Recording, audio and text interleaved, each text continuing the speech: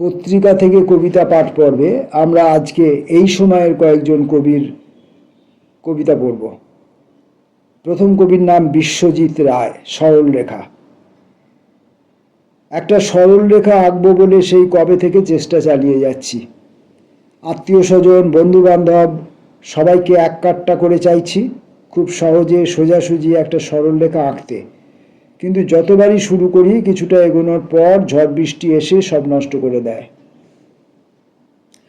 কখনো কখনো মিছিলের পায়ে পায়ে সরল রেখা মুছে যায়, কখনো বা রেখার এপারে গণতন্ত্র, ওপারে অগণতন্ত্র, এপারে সংস্কার, ওপারে কুসংস্কার এমন ঝগড়া ঝামেলা শুরু করে যে সরল রেখা আঁকা তখন আমার মাথায় ওঠে।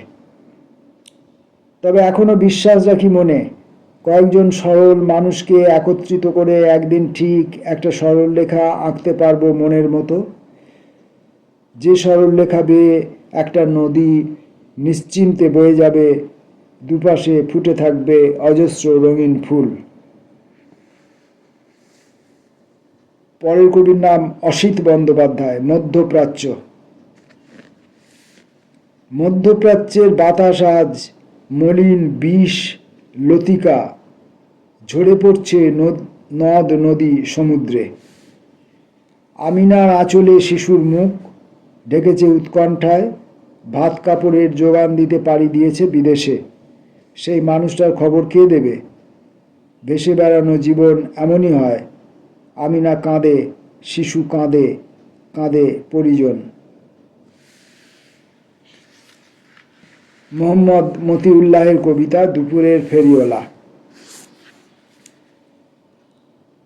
ভালো জিনিস কেউ তোমার বাড়িতে দিতে আসবে না, এই কথা বলে একটি ফেরিওয়ালা দুপুরের রোদে মিশে গেল।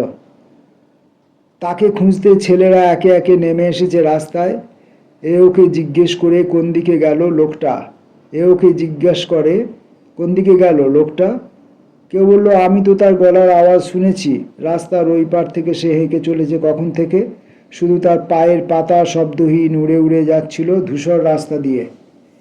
কি নেবে গো? ডাক শুনে একটি আনপড় বালক হাত নেড়ে বলে, কিছুই সে নেবে না। সে তার শূন্য মুঠি শুধু আকাশের দিকে উন্মুক্ত করে। রাস্তার ধারে ডুমুরের গাছপালা ছায়াচ্ছন্ন নীরবতায় দেখে ক্লান্ত ফেরিওয়ালা লোকালয় থেকে ফিরে চলেছে নিবিড় মধ্যাহ্নের পথে। তার দীর্ঘ ছায়া ছেলেদের পায়ে পায়ে জড়িয়ে যাচ্ছে। পরের কবি আশিস পাত্র। যখন আমি। প্রথম মুখ মোছার পর যখন আমি দ্বিতীয় মুখ তৃতীয়বার পোড়াই, তখনও ঠিক হাপিত্যেশ বসে থাকার পাশেই নাচে গা ঘিন ঘিন ছায়া। তারপর সেই দেদার বৃষ্টি ভেজায় সাদা কালোয় আগাগোড়াই, এবং সমতুল প্রথায় ঝলসে ওঠে কৌমার্যের মায়া।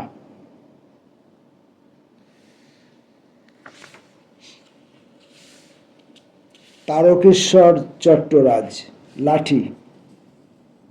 অবশেষে লাঠি ধরলাম আমি। তবে অন্তরঙ্গে লাঠি আমার ছিলই, এবার বহিরঙ্গেও তা প্রকট হলো। অন্তরঙ্গে একটা লাঠি থাকলে চারপাশে আগুনের বলয় থাকে, তার মধ্য দিয়ে আলো প্রবেশ করে, অন্ধকার প্রবেশ করতে পারে না। অন্ধকার যতই কাদা ছিটুক চুপিসারে কিংবা হৈ হৈ করে, সব কাদা হাঁসের পালকে জল গড়ানোর মতো গড়িয়ে যায়। লাঠি আমি বাগিয়ে ধরেছি। ডক্টর রমলা মুখার্জির কবিতা দেখেছি তাকে প্রেম আলোকে। কেমন আছো? ভিড়ের মাঝে কে ডাকে। ফিরে তাকাতেই দেখতে পেলাম তাকে। কতদিন পরে সীমার বিয়ের রাতে দেখলাম আজ মেরাপ বাঁধা ছাতে। শুরু হলো চোখে স্বপ্নের জাল বোনা, জল্পনায় শুধুই অশ্রুকণা। রক্তশিরায় প্রথম কিশোরী এসেছিল সেই 16-র আশেপাশে। রোমাঞ্চ দেহে আমিও দেখি তোমায়, তুমিও দেখলে প্রথম দিনের আমায়। বহুদিন পর সহসা বর্ষা এলো, মরুভূমি মন থেকে এক ফোঁটা জল পেল। যে কথা দুজনে বলতে পারিনি লাজে, গোপন কথারা মুখর নতুন সাজে।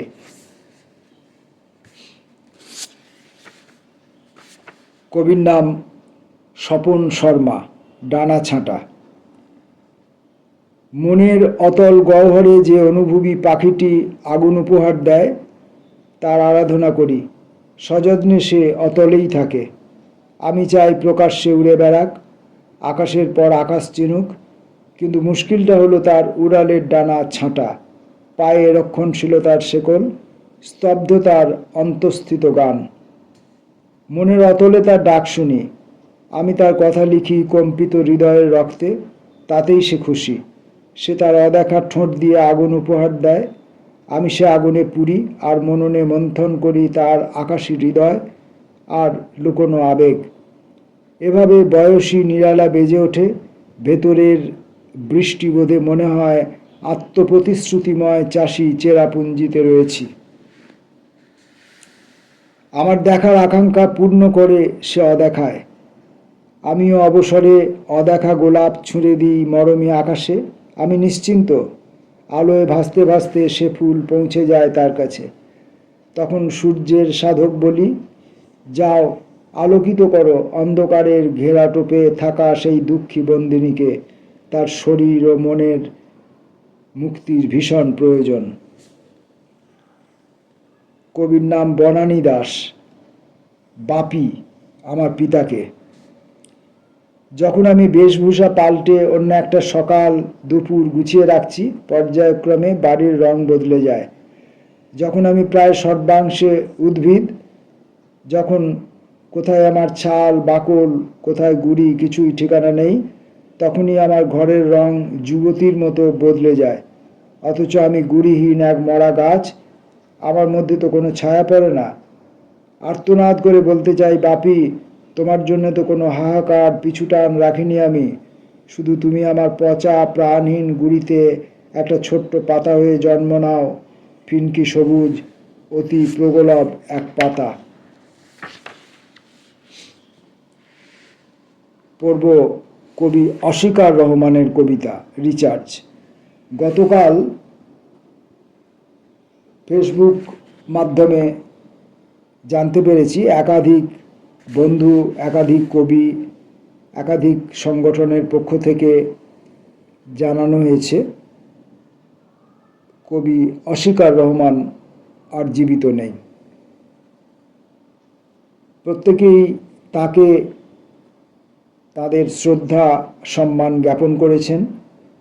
আমিও আজ অস্বীকার রহমানের রিচার্জ কবিতাটি এই পত্রিকা থেকে পাঠ করার সময় তার কাব্যকৃতি, তার মানবিকতা, তার অন্যান্য যাবতীয় উপস্থিতি, যে উপস্থিতি আমাদের পৃথিবীকে, আমাদের সমাজকে, আমাদের গ্রাম শহরকে, আমাদের বন্ধু বান্ধবদেরকে একটা উষ্ণতা দিয়েছিল, তার ক্ষমতা যত কম বা বেশি যাই হোক না কেন, অনিবার্য ছিল সেই উষ্ণতা। সেইটুকুর প্রতি প্রণতি জানিয়ে আমি অস্বীকার রহমানের এই কবিতাটি পড়ব। কবিতাটির নাম রিচার্জ। দুদিন ধরে মেসেজ আসছে, আপনার আউটগোয়িং পরিষেবা বন্ধ হবে, রিচার্জ করার সময় হাজির। আমার শরীর ভালো নেই, ভাবছিলাম এই শরীর রিচার্জ করার কথা, কেউ কেন বলছে না? আমার শরীর ভালো নেই, ভাবছিলাম এই শরীর রিচার্জ করার কথা, কেউ কেন বলছে না? জীবনটাতে মরচে পড়েছে, এই কথারই প্রতিধ্বনি হচ্ছে শরীরময়। লিপিড প্রোফাইলের রিপোর্ট খারাপ, বুকে স্টেন্ট, চোখে লেন্স, মুখে কৃত্রিম দাঁত। আমার শরীর জুড়ে এরাই বৃষ্টি আনে, বৃথা এই বৃষ্টির কোনো স্বাদ নেই।